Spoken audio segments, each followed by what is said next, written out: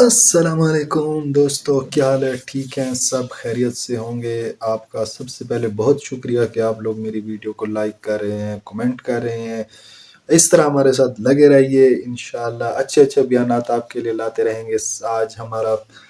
آج ہم بیان سنیں گے مولانا احمد جمشید صاحب کا، موضوع ہے حقیقت موت۔ چلے آئیے سنتے ہیں۔ انتہائی قابل عزت، قابل احترام، ذی قدر و ذی وقار بزرگوں، بھائیوں، عزیزوں، نوجوان ساتھیوں، السلام علیکم۔ التجا ہے دربار الہی کے اندر کہ اللہ مجھے حق سچ کہہ سکنے، سمجھا سکنے کی توفیق نصیب فرمائے، اور بعد ازاں مجھے اور آپ سب کو عمل کی بھی توفیق نصیب فرمائے۔ دوستو، اس فانی دنیا میں جس کی نعمتیں فانی ہیں، جس کی خوشی فانی ہے، جس کا غم فانی ہے، جس کی لذتیں، جس کی بادشاہت، جس کی دولت، جس کی صحت، ساری چیزیں فانی ہیں۔ اس فانی دنیا میں اللہ رب العزت نے انسان کو بھیجا اور لا فانی، نہ ختم ہونے والی دنیا کی آبادی اور اس کی کامیابی کے لیے اس کو موقع دیا کہ اس نہ ختم ہونے والی زندگی کے لیے اس فانی زندگی میں کچھ ایسے اعمال اور کام کر کے جا کہ موت کے وقت بھی شرمندگی اور رسوائی نہ ہو، موت کے بعد بھی رسوائی نہ ہو، اور جس دن میدان محشر میں کھڑا ہو، رب کے سامنے، رب کے روبرو پیش ہو، تو اس وقت بھی شرمندگی اور رسوائی نہ اٹھانی پڑے۔ اور ظاہر سی بات ہے کہ ایسے اعمال اور ایسے کام یہ وہی ہو سکتے ہیں جو اللہ کے قرآن نے یا پیغمبر پاک صلی اللہ علیہ وسلم نے بتلائے، ورنہ قرآن مقدس کے خلاف، سنت پیغمبر کے خلاف اعمال کر کے بندہ عزت کی توقع کرے اللہ کی بارگاہ میں، موت کے وقت سرخرو ہونے کی تمنا کرے، تو یہ خیال ہے، وہم ہے، گمان ہے۔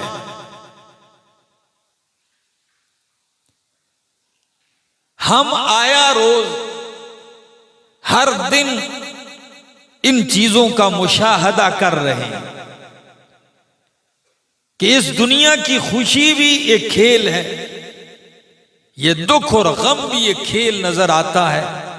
آج غم میں ہے تو رو رہا ہے، کہتا ہے مجھ سے زیادہ پریشان کوئی نہیں، مجھ سے زیادہ دکھی انسان کوئی نہیں، لیکن کچھ ہی وقت گزرتا ہے تو اس کو لہو لعب میں، عیش و آرام میں جب دیکھتا ہے انسان، تو وہ دنیا کی زینت میں، آرائش میں ایسا مگن ہوتا ہے، یوں لگتا ہے اس نے کبھی غم دیکھا بھی نہیں۔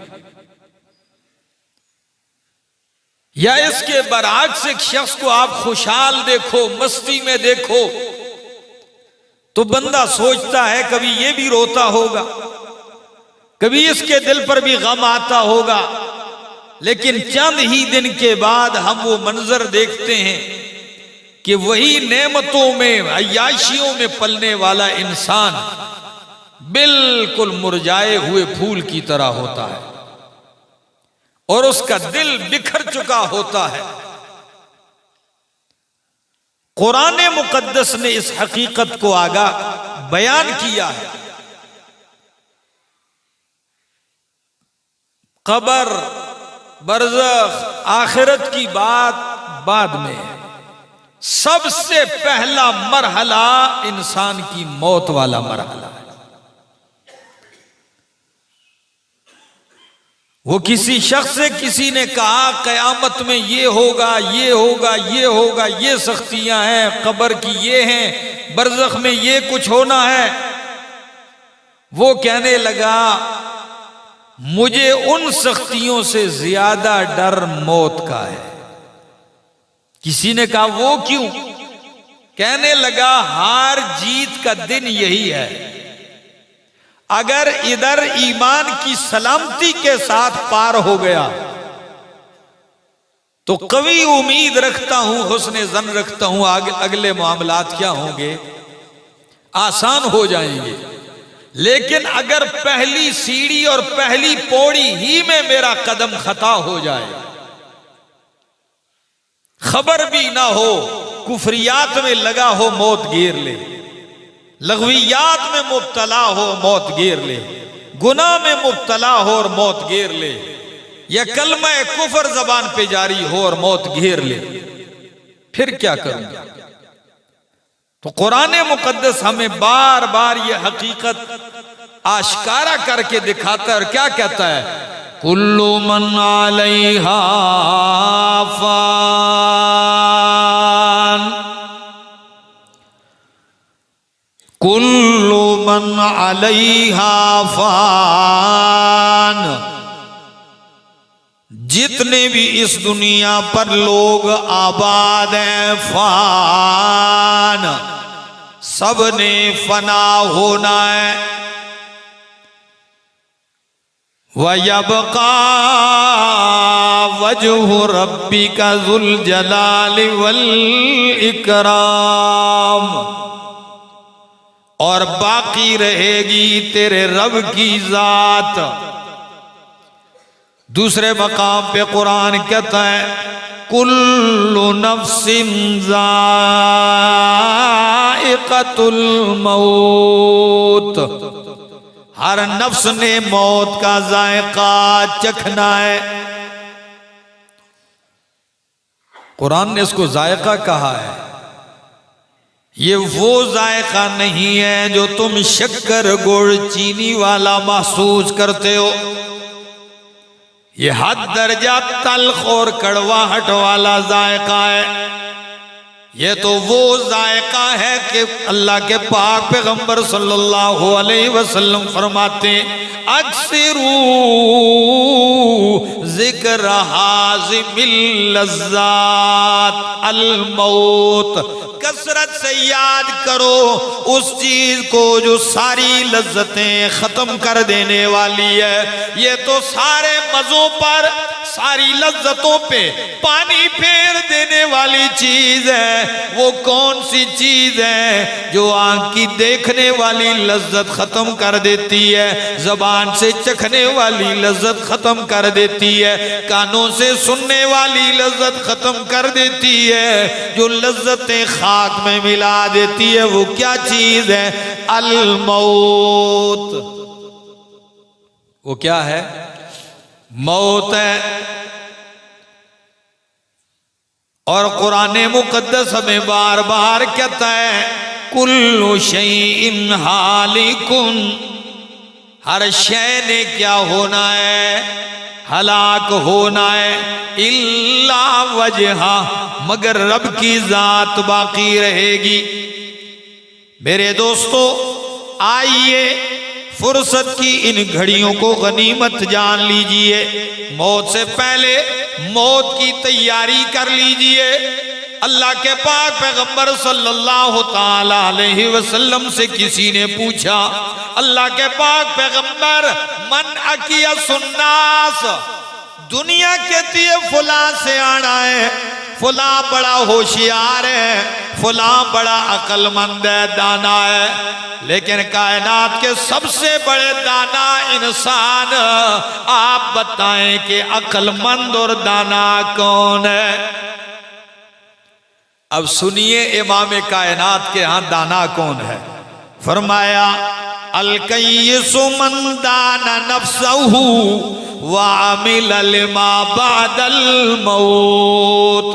کائنات والو سن لو، عقل مند، دانا، ہوشیار، سیاںا بندہ وہ ہے من دان نفسہ، جس نے اپنے نفس کو قابو کر لیا، اپنے نفس کو لگام دے دی، وعمل لما بعد الموت، اور موت کے بعد آنے والی زندگی کے لیے اعمال کر بیٹھا۔ یہ سب سے بڑا دانا ہے، جس نے نفس کو کیا کر لیا؟ قابو کر لیا۔ یہی تو وہ گھوڑا ہے مست، جسے لگام دینا بہت مشکل ہے۔ اگر کوئی اس کو لگام دے کے قابو کر لے تو یوں سمجھو بندہ اپنے نفس پہ سوار ہو گیا ہے، نفس پہ سوار ہو گیا۔ جس راستے پہ موڑتا ہے گھوڑا ادھر ہی مڑتا ہے، اور اگر گھڑ سوار لگام کے ذریعے اپنے گھوڑے کو قابو نہ کر سکے تو پھر گھوڑا اس کو گھسیٹتا ہے، اور جدھر یہ چاہتا ہے ادھر نہیں، جدھر اس کی مرضی ہوتی ہے ادھر ہی دوڑتا جاتا ہے، کبھی تو گھسیٹ کے بھی لے جاتا ہے۔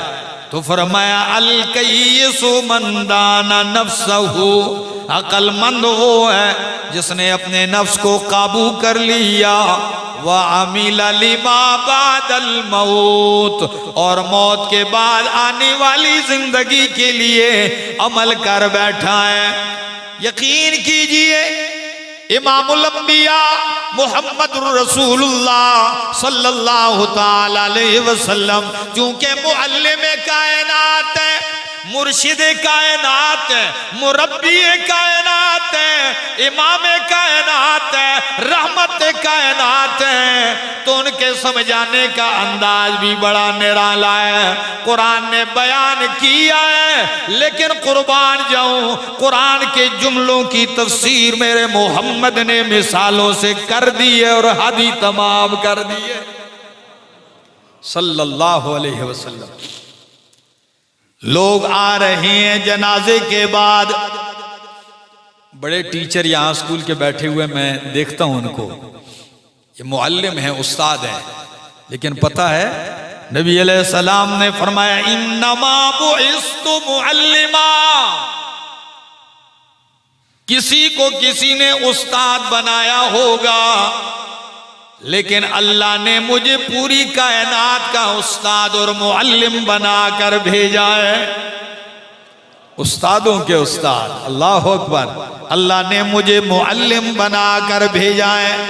قرآن مقدس کی مثالیں کیسی سمجھائی ہیں ذرا غور کیجئے۔ قرآن بار بار ہمیں کہتا ہے قُلْ إِنَّ الْمَوْتَ الَّذِي تَفِرُّونَ مِنْهُ فَإِنَّهُ مُلَاقِيكُمْ، میرا پیغمبر ان سے کہہ دیجئے جس موت سے تم بھاگتے ہو، دوڑتے ہو، جان بچاتے ہو، جتنی مرضی ہے کوششیں کر لو بھاگنے کی، بھاگ سکتے نہیں۔ فَإِنَّهُ مُلَاقِيكُمْ، تو جتنا بھی بھاگ کے رہے گا، جب وہ موت کا وقت آئے گا موت تجھے جپھی ڈال لے گی۔ فَإِنَّهُ مُلَاقِيكُمْ، موت تم سے ملے گی۔ کدھر بھاگ رہا تھا؟ بھاگ سکتا ہے کوئی؟ کوئی نہیں بھاگ سکتا۔ اس دن ایک کتاب پڑھ رہا تھا تو عبرت کے لیے ایک بادشاہ کا واقعہ لکھا کہ ایک بادشاہ نے چاہا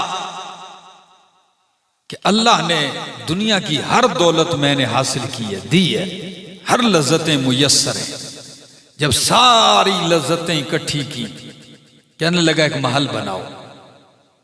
محل بنایا، آراستہ کیا، پورے ملک کی دولت اور سرمایہ اس کے محل پہ لگ رہا ہے۔ تیار ہوا، نعمتیں لگ گئیں، رقص و سرود کا سامان مہیا ہو گیا، ناچ گانے کی محفل لگ گئی، خوراکیں ہر قسم کی سجا لی گئی ہیں۔ بادشاہ نے کہا میرے لیے تخت لگایا ہے، تخت لگا لیا گیا، تاج پہن کے اس محل میں آ کے بیٹھا اور کہنے لگا دنیا کی ہر خوشی میں نے اکٹھی کر کے یہاں رکھ دی۔ اپنے نفس سے کہتا ہے او میرے نفس، میرے دل، میں نے دنیا کی ہر خوشی لا کے تیرے سامنے کر دی، اب تو خوشی سے لطف اٹھا، کھا پی، آنکھوں کی خوشی، کانوں کی خوشی، کان جو آواز سننا چاہتے ہیں وہ آوازیں بھی ہیں، آنکھ جو نظارے دیکھنا چاہتی ہے وہ منظر بھی ہیں، اور پیٹ جو کھانا چاہتا ہے، منہ جو کھانا چاہتی ہے، وہ ساری لذتیں موجود ہیں، اور باقی خواہشات کے سامان ہیں مجھ سے زیادہ۔ اب مجھ سے یہ کوئی چھین سکتا ہے؟ کھانا لگا ہے، تیاری شروع ہے، میوزک بج رہا ہے، کسی نے اتنے زور سے محل کے دروازے پہ دستک دی کہ پورے محل کے اندر اس کی کڑکار آ گئی۔ بھئی یہ کون آ گیا؟ ایسی دستک دی، جوں ہی دستک دی کہا جاؤ دیکھو یہ کون کم بخت اس وقت آ گیا ہے۔ نوکر چاکر سیکورٹی والے گئے، دیکھا جی بادشاہ سلامت ایک پھٹے پرانے کپڑے پہنے ہوئے ایک بندہ ہے، اور کہہ رہا ہے کہ جاؤ اس بادشاہ سے کہو مجھے خوراک کی ضرورت ہے، سخت بھوک لگی۔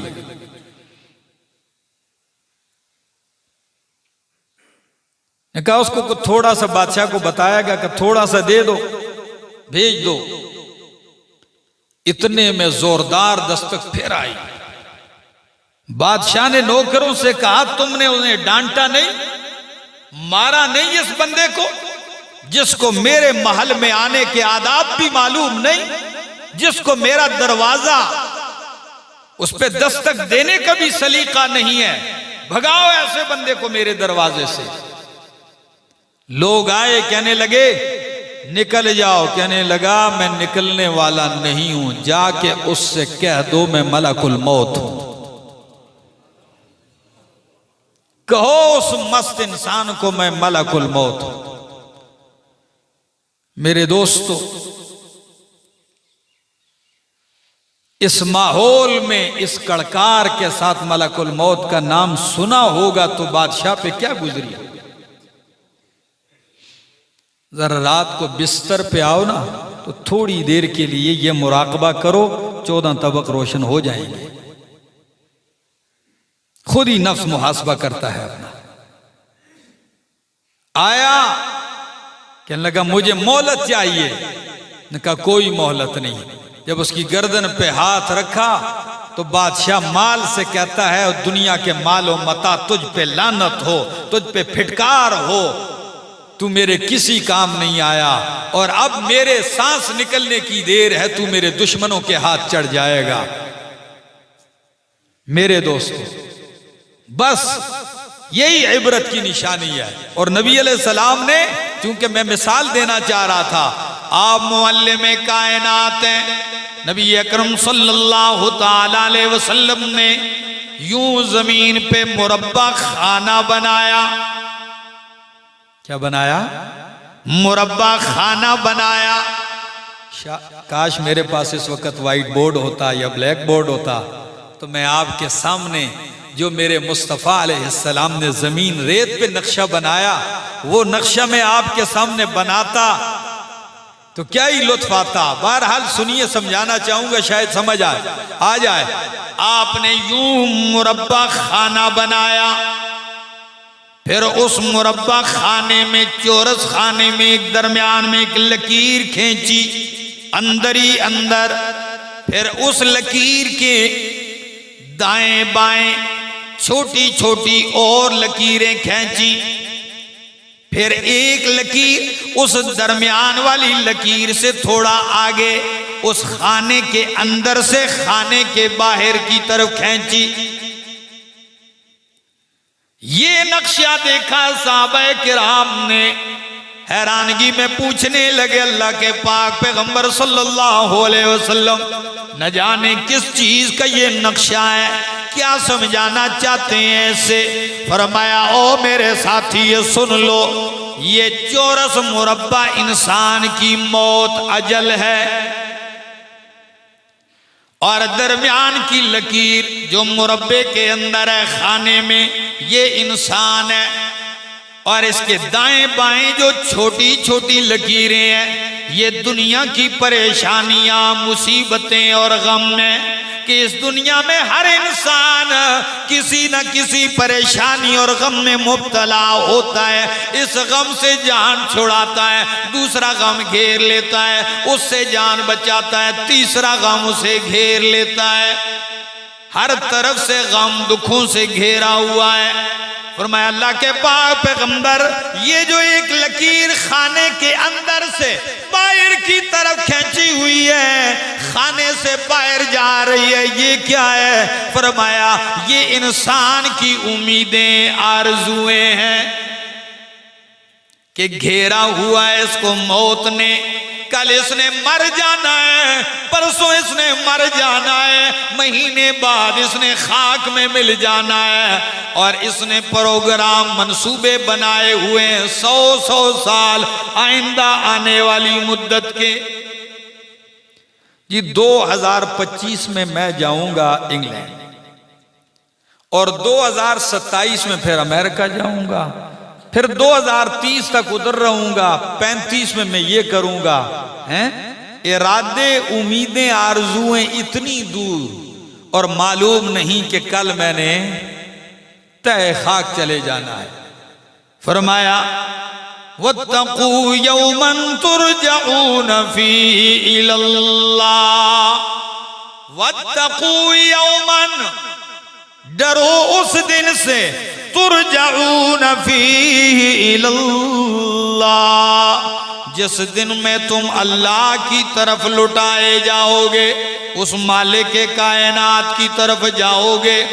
بڑے لوگ بیٹھے ہیں یہاں، 70 سال 80 سال کے بوڑھے بھی ہوں گے، یہاں 60 سال کے بھی ہوں گے، یہاں 30 40 سال کے جوان اور 18 15 سال کے نوخیز نوجوان بھی ہوں گے. آئیے ذرا سن لیجئے اللہ کے پاک پیغمبر صلی اللہ تعالی علیہ وسلم مرشد کائنات کیا فرماتے ہیں. فرماتے اغتنم خمسا قبل خمسن. جگر پہ ہاتھ رکھیے. اغتنم خمسا قبل خمسن، 5 باتوں کو، 5 چیزوں کو، 5 چیزوں سے پہلے غنیمت جان لو. ڈاکٹر صاحب 5 چیزوں کو، 5 چیزوں سے پہلے غنیمت جان لو. انگلی پہ گن کے بتا رہا ہوں. پہلی چیز شباب کا قبل حرامک. او جوانا، اپنی اس جوانی کو بڑھاپا آنے سے پہلے پہلے غنیمت جان لے. جوانی کو بڑھاپا آنے سے پہلے غنیمت جان لے.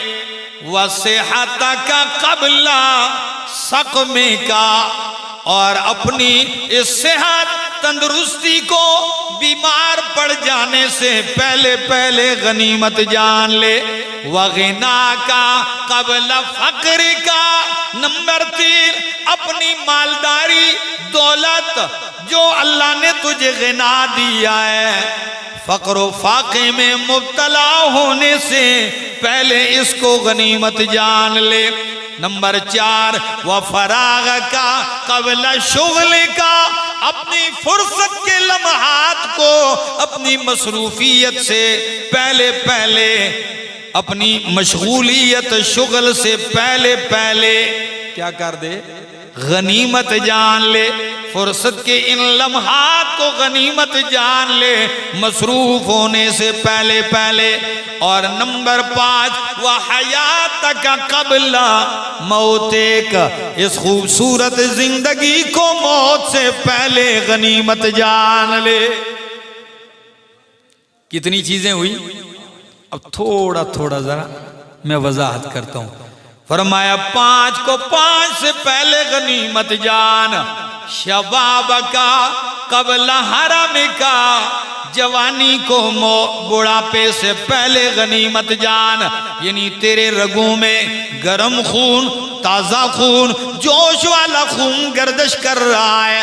سینے میں قوت ہے، کمر مضبوط ہے، بازو مضبوط ہے، تو اپنی اس جوانی کو رب کی رضا میں لگا دے، رب کے راضی کرنے میں لگا دے، رب کی مرضی پہ لگا دے، رب کی عبادت میں لگا دے، رب کی دین کی خدمت میں لگا دے۔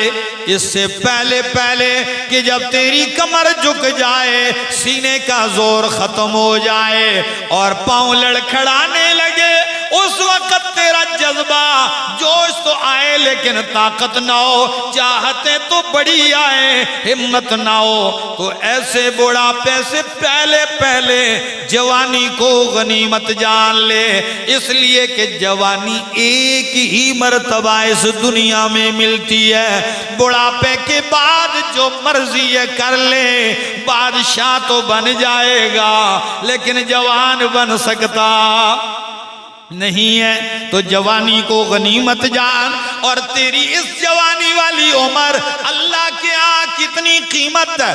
جس نے جوانی کو غنیمت جانا اور رب کی رضا میں لگائی، اللہ کے پاک پیغمبر نے فرمایا 7 آدمیوں کو عرش کا سایہ ملے گا۔ گزشتہ جمعہ عرض کیا، ان میں ایک وہ شاب نشأ فی عبادت اللہ، وہ جوان ہے جس نے اپنی جوانی رب کی عبادت میں گزاری ہو۔ کتنا مزہ ہے، میں نوجوانوں کو دیکھتا ہوں اس جوانی میں مجھ سے پہلے یہاں آ کر بیٹھ جاتے ہیں کہ ہم دین سنیں، گھنٹوں سفر کر کے آتے ہیں، ساری مصروفیات ترک کر کے آتے ہیں، اور الحمدللہ مجھے یہ بھی خوشی ہے کہ الحمدللہ میری بھی جوانی دین ہی میں لگ رہی ہے۔ یہ اللہ کا کرم ہے، یہ ہمارا کوئی کمال نہیں ہے۔ اور ایک اور بات بتاؤں، نبی اکرم صلی اللہ تعالی علیہ وسلم نے فرمایا وَصِحَتَكَ قَبْلَ سَقْمِكَ، اللہ اپنی صحت کو بیماری سے پہلے غنیمت جان لے۔ آج تندرست ہے، صحت مند ہے، توانا ہے، کر لے، صحت میں کرنے کا موقع ہے، بہت کچھ کر سکتا ہے۔ اور جب تجھے بیماریوں نے گھیر لیا، پھر کہیں وہ بچی بہت کچھ کر سکا ہے، ہم بہت کچھ کر لیتا اگر شوگر نہ ہوتی، بہت کچھ کر لیتا اگر کمر میں درد نہ ہوتا، یہ کر لیتا اگر یہ بیماری نہ ہوتی۔ ایک شخص مجھے کہنے لگا دل کرتا ہے آپ کے ساتھ بیانوں پہ جاؤں لیکن بار بار واش روم جانا پڑتا ہے۔ فرمایا وَصِحَتَكَ قَبْلَ سَقْمِكَ، بیمار پڑ جانے سے پہلے صحت کے ان ایام کو غنیمت جانیے اور کام کر جائیے۔ اور ایک بات آپ کو دوسری حدیث، یہ پہلی حدیث میں نے مستدرک حاکم سے پڑھی ہے، یہ 5 باتوں والی، اور بہقی کی، اب بخاری کی حدیث سے ملا لیتا ہوں ذرا اور وضاحت ہو جائے گی۔ نبی پاک صلی اللہ علیہ وسلم نے فرمایا نعمتان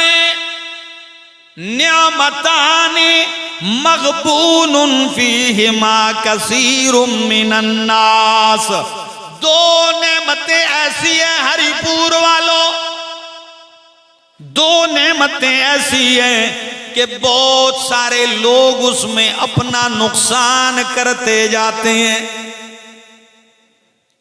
حیرانگی کی بات ہے، الفاظ مصطفیٰ پہ غور کیجئے، نعمتان مغبون فیہما کثیر من الناس، 2 نعمتیں ایسی ہیں کہ جس میں اکثر لوگ اپنا نقصان تاوان کرتے ہیں۔ وہ کون سی 2 نعمتیں؟ الصحت والفراغ، ایک صحت تندرستی اور دوسری نعمت فرصت اور فراغت۔ اب آپ کہیں گے صحت اور فراغت، ان 2 نعمتوں میں تاوان کیسے کرتے ہیں لوگ؟ او میرا دوست، تاوان ایسا کرتے ہیں کہ لوگ ان دونوں کی قدر نہیں کرتے اور اسے ضائع کرتے جا رہے ہیں۔ آپ کی صحت و تندرستی ضائع ہو رہی ہے، اس کو کوئی پرواہ نہیں کہ یہ بھی کوئی نعمت ہے۔ صحت اور تندرستی واہیات میں لگا دی، والفراغ، اور رب نے اس کو فرصت دی ہے، اس فرصت کے لمحوں میں یہ بہت کچھ کر سکتا ہے، دین کے لیے، آخرت کے لیے، اور دین کی روشنی میں دنیا کے لیے۔ دنیا کے لیے کرنا بھی کوئی منع، دین کی روشنی میں دنیا کے لیے بہت کچھ کر سکتا ہے، لیکن اکثر لوگ ان دو نعمتوں میں اپنا گھاٹا کرتے ہیں۔ اور اگر قرآن سے مثال دوں تو قرآن نے تو ایک ہی جملے میں فرمایا والعصر ان الانسان لفی خسر،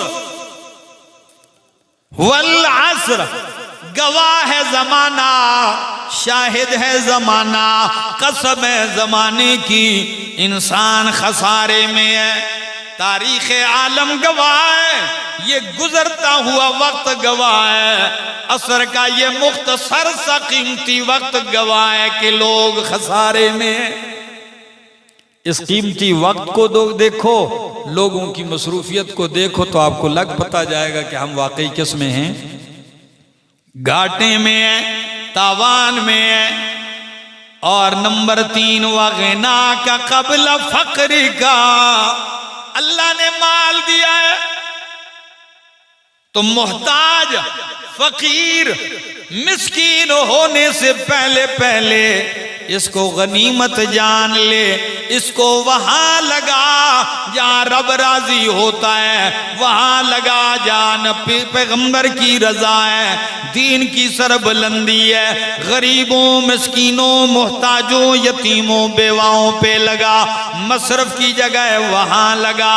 اور جبر مال لے لیا رب نے، اس وقت ہاتھ ملتا رہ جائے۔ ہم نے ایسے مالدار دیکھے ہیں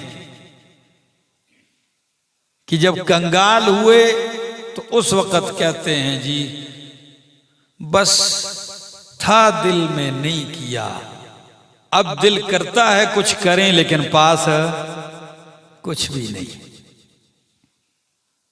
اگر اللہ نے کچھ 2-4 روپے دیے اور طاقت ہے تو یہ اللہ کے غضب اور ناراضگی میں لگانے کے بجائے اس کی رضا میں لگاؤ۔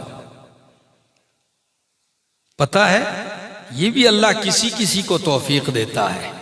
سردی کے موسم میں مظلوم فلسطینی، سردی کے موسم میں بہت سارے غریب اور نادار مویشیوں سے چمٹ کے گرم سیک لے کے سوتے ہیں ان کے بچے، اور مسلمان چادروں کی چادریں جا کے قبر پہ ڈال رہا ہے۔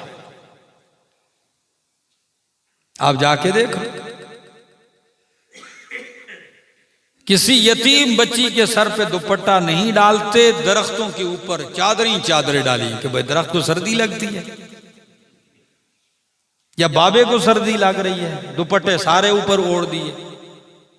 ایک دور تھا چادریں ڈالتے تھے تو ایسے بھی لوگ ضرورت مند آتے اور ساری لے کے چلے جاتے۔ میں نے کہا یار یہ کیا تماشا ہے، 15-15 20-20 ہزار کی چادریں ڈالی ہوئی نذرانوں کی اور اٹھا کے کوئی لے گیا ہے۔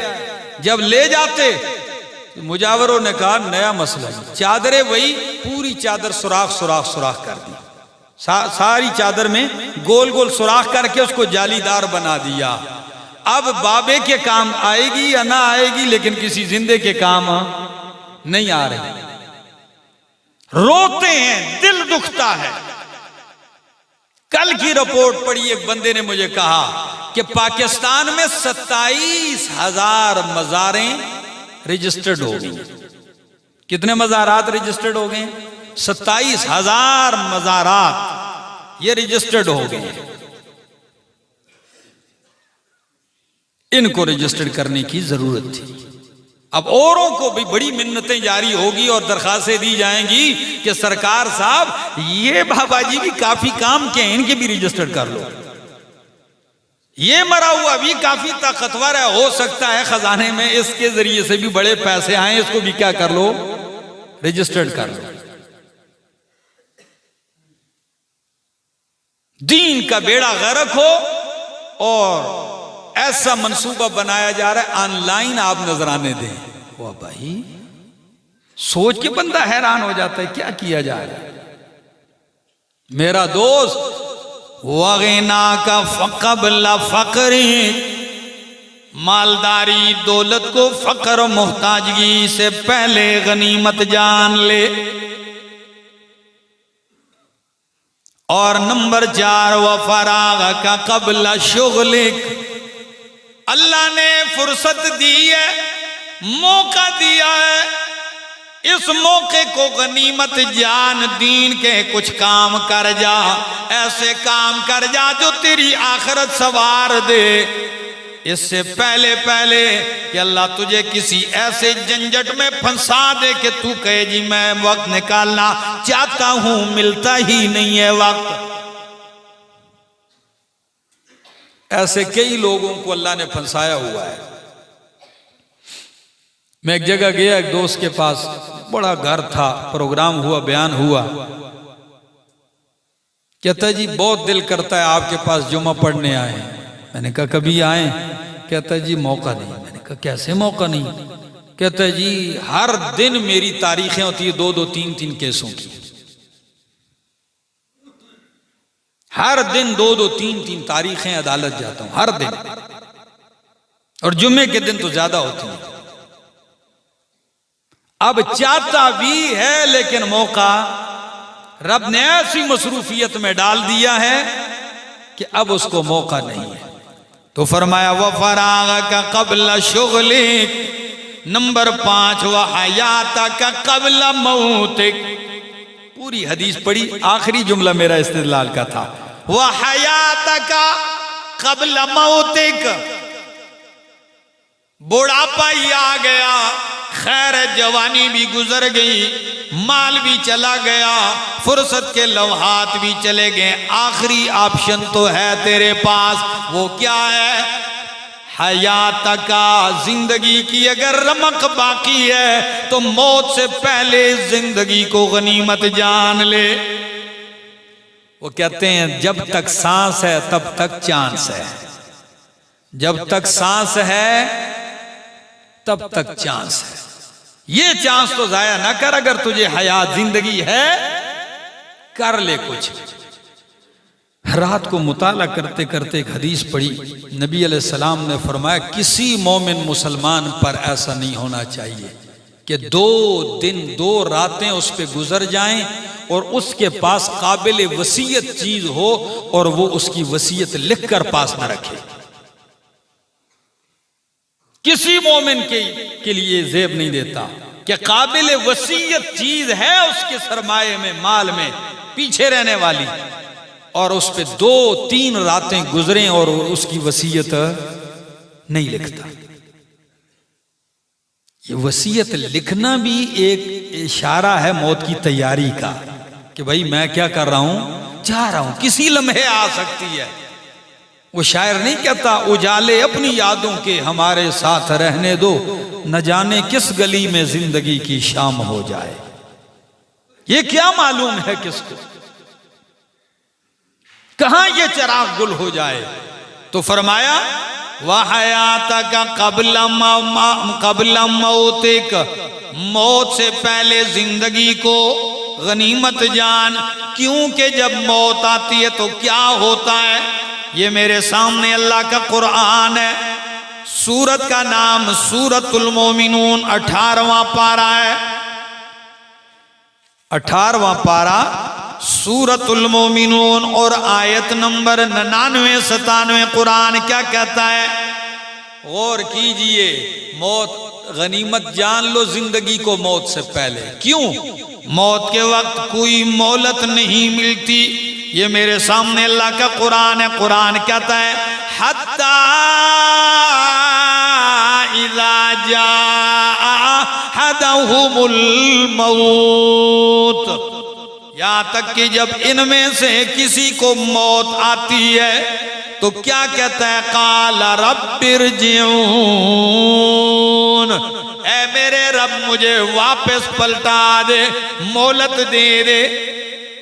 یہ ارجعون کا جمع کیوں لایا گیا ہے؟ مجھے لوٹاؤ، یہ جمع تکرار کے لیے، کس کے لیے؟ اے میرے رب، یعنی ارجعنی ارجعنی ارجعنی،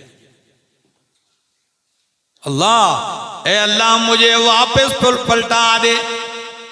ارجع، اللہ مجھے واپس پلٹا، بار بار کہے گا قال رب ارجعون، اے میرے رب مجھے واپس پلٹا دے۔ کیوں واپس ہونا چاہتا ہے؟ کہتا ہے لعلی اعمل صالحا فیما ترکت، لعلی اعمل صالحا، تاکہ میں نیک عمل کروں۔ اب خیال آیا اس کو، اللہ اب مجھے لوٹا دے، میں کیا کروں؟ اعمل صالحا فیما ترکت، اس دنیا میں، اس زندگی میں، اس عیش و عشرت میں، دنیا والی زندگی میں جو مجھے لوٹا دے، تاکہ میں اس دنیا کی زندگی میں جا کر پھر میں نیک عمل کروں۔ قرآن کہتا ہے کلا، ہری پور والوں مانا کرو، قرآن سنتے ہو، کیا مانا ہے؟ ہرگز نہیں، کلا ہرگز نہیں، انہا کلمۃ ہوا قائلھا، قرآن کہتا ہے بس یہ ایک جملہ ہے جو کہہ رہا ہے وہ، اللہ مجھے لوٹا دے میں نیک عمل کروں، بس یہ ایک جملہ ہے جو محض وہ دوہرا رہا ہے، اس کا کوئی فائدہ اس کو اور نہ ہی اس کے مطابق اس کو مہلت دی جاتی ہے۔ اللہ وہ واپس کیوں نہیں آ سکتا؟ فرمایا وَمِن وَرَائِهِمْ بَرْزَخٌ إِلَى يَوْمِ يُبْعَثُونَ، وَمِن وَرَائِهِمْ بَرْزَخٌ إِلَى يَوْمِ يُبْعَثُونَ، ان کے آگے برزخ ہے، اب یہ برزخ میں رہے گا، إِلَى يَوْمِ يُبْعَثُونَ، اٹھائے جانے کے دن تک، اس دن تک جس دن لوگ اٹھائے جائیں گے۔ اب یہ واپس نہیں آئے گا، کدھر رہے گا؟ برزخ کیا چیز ہے؟ برزخ کا لغوی معنی ہوتا ہے پردہ۔ کیا؟ جیسے قرآن کہتا ہے مرج البحرین یلتقیان بینہما برزخ لا یبغیان، دو سمندر اللہ نے بہا دیے، کڑوا ہے، کھارا ہے اور میٹھا ہے، یہ دونوں بہ رہے ہیں ساتھ ساتھ، لیکن آپس میں ملتے نہیں، مکس نہیں ہوتے۔ کیوں؟ بینہما برزخ، ان کے درمیان کیا ہے؟ کڑوا میٹھے میں، میٹھا کڑوے میں نہیں ملتا۔ کیوں؟ بینہما برزخ، ان کے درمیان پردہ ہے۔ تو اب مانا ہوگا وَمِن وَرَائِهِمْ برزخ، یہ ورا کے دو معنی آتے ہیں، آگے بھی اور پیچھے بھی۔ ورا کے کتنے معنی ہیں؟ تو پہلے معنی میں نے کہ ان کے آگے برزخ ہے، یعنی عالم برزخ میں جائیں گے، اور دوسرا معنی ورا کا، ان کے ورے، ان کے پیچھے پردہ ہے، یعنی یہ مر کر اس پردے کے آگے چلے گئے ہیں، اب پیچھے آ سکتے نہیں، کیونکہ پیچھے کیا آ گئی ہے؟ آڑ آ گئی ہے، رکاوٹ آ گئی ہے۔ فرمایا یو الی یوم یبعثون، یہ اس برزخ میں رہیں گے، واپس نہیں آ سکتے، چاہے تکرار سے کہتا رہے، چاہے التجائیں کرتا رہے، چاہے آرزویں کرتا رہے، چاہے آنسو بہا لے، عاجزیاں زیاریاں کرتا رہے، یہ برزخ سے آ سکتا نہیں ہے۔ ہری پور والو بولو قرآن سچ کہتا ہے کہ نہیں؟ اگر قرآن سچ کہتا ہے تو پھر میں آپ سے پوچھ سکتا ہوں کہاں جائیں گے وہ لوگ جو کہتے ہیں روحیں ہر تیسرے دن آتی ہیں؟ قرآن تو کہتا ہے موت آ گئی، من ورائہم برزخ، اب ان کے ورے کیا آ گیا؟ پردہ، رکاوٹ، برزخ آ گیا۔ اب یہ اس جہان سے پردے میں ہو گئے ہیں، کٹ گئے ہیں، آ سکتے نہیں ہیں۔ کب تک؟ الی یوم یبعثون، اٹھائے جانے کے دن تک۔ اور ادھر لوگوں نے کہانیاں مشہور کر رکھی ہیں جی، جمعرات کے دن بنے رہتے آ کے بندیاں نے، کہتے ہیں کہ نہیں؟ اور کئی عورتیں کہتی ہیں گھروں میں جی ہاں شام دا ٹائم ہے تو جو روحاں خوشی نہ رخصت کرو۔ کیا؟ ہاں وہ ناراض ہو کے جاتی ہیں روحیں، تو ان کو ناراض ہو کر نہ بھیجو۔ میں نے کہا جب وہ آ گئی ہیں بھیجتے کیوں، اور ٹھہرا لو نا جی، تم تو مر رہے تھے ان کے پیچھے، رو رہے تھے، تو جب وہ آ گئی ہیں تو ان کو رخصت کیوں کرتے ہو، تمہارے بس میں ہے۔ ساری کہانیاں جوڑی ہوئی ہیں۔ قرآن کہتا ہے بس یہ ایک جملہ ہے جو کہہ رہا ہے ورنہ من ورائہم برزخ الی یوم یبعثون، اور صرف یہی مقام نہیں، یہ میرے سامنے اللہ کا قرآن ہے اور سورت کا نام سورت ابراہیم ہے۔ اللہ، سورت ابراہیم آخری صفحہ ہے، ذرا قرآن سنیے قرآن کیا کہتا ہے۔ وَأَنذِرِ النَّاسَ، آیت نمبر 44، قرآن کہتا ہے وَأَنذِرِ النَّاسَ، او میرا سونا پیغمبر لوگوں کو ڈرا۔ کیا کر، یہ بے خوف ہو چکے ہیں، یہ غافل ہو چکے ہیں۔ انذر الناس، ان کو جگا، سو چکے ہیں خواب غفلت میں۔ علامہ اقبال نے کیا ہی خوب کہا کہ ہر درد مند دل کو رونا میرا رلا دے، ہر درد مند دل کو رونا میرا رلا دے، بے ہوش جو پڑے ہیں شاید انہیں جگا دے۔ ہو سکتا ہے میرے رونے سے کوئی جاگ جائے، تو کیا کہتے ہیں اللہ، انذر الناس، لوگوں کو ڈرا، یوم یاتیہم العذاب، جس دن ان کے پاس عذاب آئے گا، فیقول الذین ظلموا، تو کہیں گے وہ لوگ جنہوں نے ظلم کیا، کفر کیا، شرک کیا، مخلوق کے حق میں ظلم کیا، کیا کہیں گے، ربنا اخرنا الى اجل قریب۔ پیسے نہیں لگتے، کہہ دو سبحان اللہ۔ ربنا، اے ہمارے رب، اخرنا الى اجل قریب، مجھے مہلت دے دے، مؤخر کر دے، تاخیر دے دے، تھوڑی سی مہلت دے دے۔ کتنی؟ الى اجل قریب، اللہ کوئی لمبے زمانے کی مہلت نہیں مانگ رہا، الى اجل قریب، تھوڑی سی مدت تک کے لیے، قریب کے نیٹے کے لیے مجھے مہلت دے دے۔ مہلت کیوں مانگتا ہے؟ کہتا ہے اس لیے نجب دعوت کا، اللہ تو مہلت دے گا تو میں تیرے فرمان کو قبول کروں گا، لبیک کہوں گا۔ نجب دعوت کا، اللہ تیرا پیغام، تیری دعوت کو میں قبول کروں گا۔ وَنَتَّبِعِ الرُّسُلَ، اور میں تیرے رسولوں کا پیروکار بنوں گا، میں ان کی پیروی کروں گا، ان کا کہا مانوں گا۔ تو اللہ فرمائیں گے اَوَلَمْ تَكُونُوا أَقْسَمْتُم مِّن قَبْلُ مَا لَكُم مِّن زَوَالٍ، اولم تکونو، او ظالمہ کیا تم نہیں تھے اس سے پہلے، تم قسمیں اٹھا کر کہتے تھے ما لکم من زوال، کہ تمہارے لیے کوئی زوال نہیں، تم تو کہتے تھے کوئی مرنا شرنا نہیں ہے، میری حکومت کو زوال نہیں، میرے اقتدار کو زوال نہیں، میری بادشاہت کو زوال نہیں، میری جوانی کو زوال نہیں، میری دولت کو زوال نہیں، مجھے زوال نہیں۔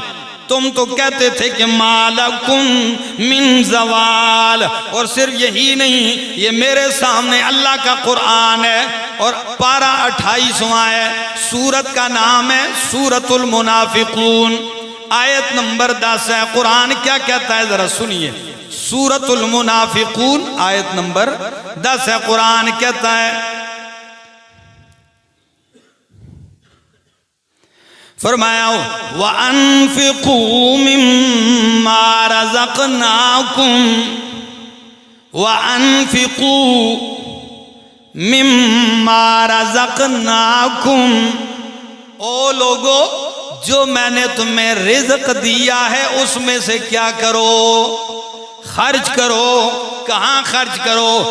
میرے دین کے لیے، میرے قرآن کے لیے، میرے دین کی سربلندی کے لیے، میری رضا کی جگہوں میں والدین پر، ماں باپ پر، رشتہ داروں پر، محتاجوں پہ خرچ کر۔ من قبل ان یاتی احدکم الموت، اس سے پہلے کہ تم میں سے کسی ایک کو موت آئے۔ جب موت آئے فَيَقُولَ، پس وہ پھر کہے رَبِّ لَوْلَا أَخَّرْتَنِي إِلَىٰ أَجَلٍ قَرِيبٍ، اے میرے اللہ تو نے مجھے تھوڑی سی مہلت اور کیوں نہیں دی؟ زندگی تو نے 50 60 70 80 سال گزاری ہے، اب جب ملک الموت سامنے آ گیا تو کہتا ہے لولا اخرتنی الی اجل قریب، مجھے تھوڑی سی مدت تک کے لیے اللہ مہلت کیوں نہیں دی؟ کیوں؟ فاصدق واکن من الصالحین، بس میں صدقہ کرتا اور میں صالحین میں سے ہو جاتا۔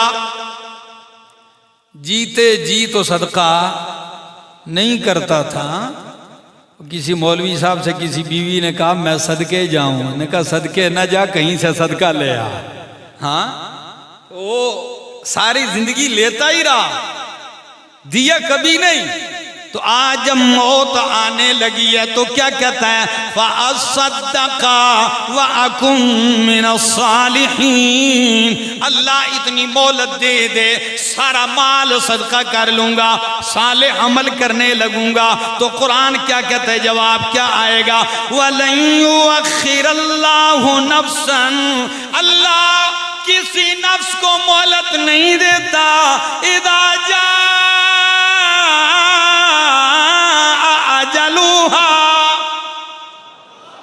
اللہ کسی نفس کو مہلت نہیں دیتا، اذا جاء اجلها، جب اس کا وقت مقرر آ جائے۔ قرآن دوسرے مقام پہ کہتا ہے، کیا کہتا ہے؟ فلا یستاخرون ساعة ولا یستقدمون،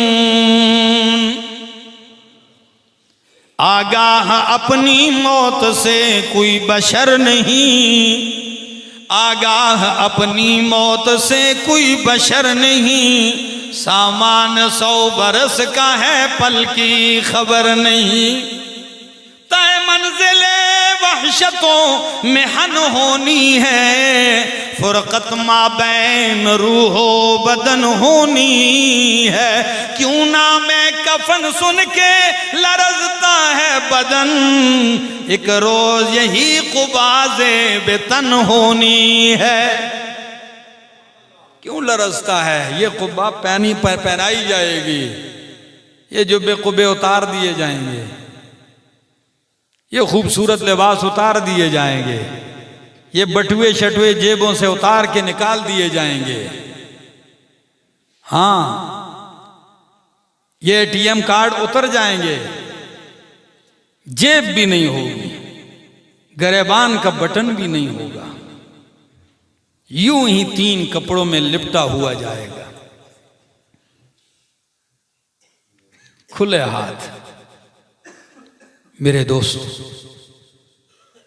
دل نے چاہا اس تقریر کا مقصد کسی اور کو سمجھانے سے پہلے اپنے آپ کو مخاطب کرنا ہے کہ ہر انسان تھوڑا سا اپنے ضمیر میں جھانکے، اس لیے کہ قرآن نے اور نبی اکرم صلی اللہ علیہ وسلم نے ایسے سمجھایا ہے کہ انسان اپنے ضمیر کو جھنجھوڑنے پہ مجبور ہو جاتا ہے۔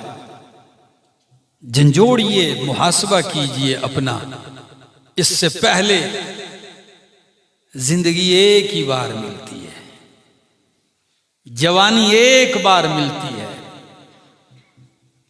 بس جوانوں زندگی بھی ایک بار اور جوانی بھی ایک ہی بار ملتی ہے، دوبارہ زندگی بھی نہیں ملے گی کہ نیکیاں کرو اور قبول ہوں۔ وہ جو اگلے جہان کی زندگی ہے وہ اعمال کی زندگی، وہ صرف جزا والی زندگی ہے، وہاں اعمال کا بدلہ ہے۔ اور یہ جوانی گزر گئی، کئی گزار چکے ہیں، کئی گزار رہے ہیں، غنیمت جان لیجئے، خوب فائدہ اٹھا لیجئے، خوب لذت اٹھا لیجئے، عبادت کی لذت اٹھا لیجئے۔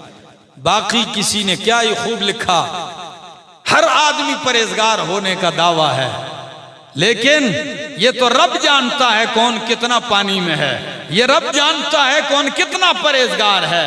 اور ابھی تو ایسا دور ہے کہ یہ گوگل بھی جانتا ہے کہ کون کتنا متقی ہے، یہ گوگل جانتا ہے، یوٹیوب جانتا ہے کہ کون کتنا متقی ہے، فیس بک جانتا ہے کہ کون کتنا متقی ہے، اور خلوتوں میں کیا سرچ کرتا ہے، کیا دیکھتا ہے، اور کن چیزوں میں مگن رہتا ہے۔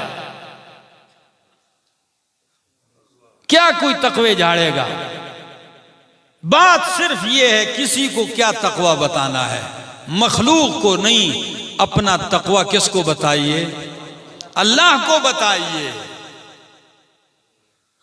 کہ تقوی وہ جانتا ہے، ہمیں کوئی کیا تقوی، یا ہم آپ کو تقوی دکھائیں کہ جی بہت بڑا جنید بغدادی بیٹھا ہوا ہے، بڑا پرہیزگار ہے؟ نہیں۔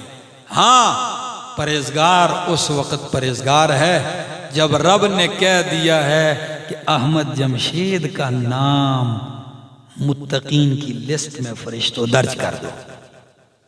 یہ کہہ دیا رب نے تو دنیا مجھے جو مرضی ہے کہے، دنیا جتنا مرضی یہ برا کہے، گالیاں دے، مجھے کوئی فرق، لیکن اگر رب نے لکھ دیا کہ مجرمین گناہگاروں کی لسٹ میں لکھ دو، دنیا کوئی مجھے ولی اللہ کہے، کوئی ولی الرحمن کہے، کوئی کیا کہے، کوئی کیا کہے، مجھے تب بھی کوئی فرق۔ آئیے اپنا تقوی اپنے رب کے سامنے پیش کیجیے، اللہ ہمیں جلوتوں اور خلوتوں میں تقوی نہ۔ ماشاءاللہ بہت مزہ آیا بیان سن کے۔ اللہ تعالیٰ مجھے اور آپ کو عمل کی توفیق عطا فرمائے۔ ہمارے ساتھ ایسے جڑے رہیے، چینل کو سبسکرائب کیجئے، کمنٹ کرتے رہیے۔ آپ لوگوں کے جڑنے کا بہت شکریہ۔ السلام علیکم ورحمۃ اللہ۔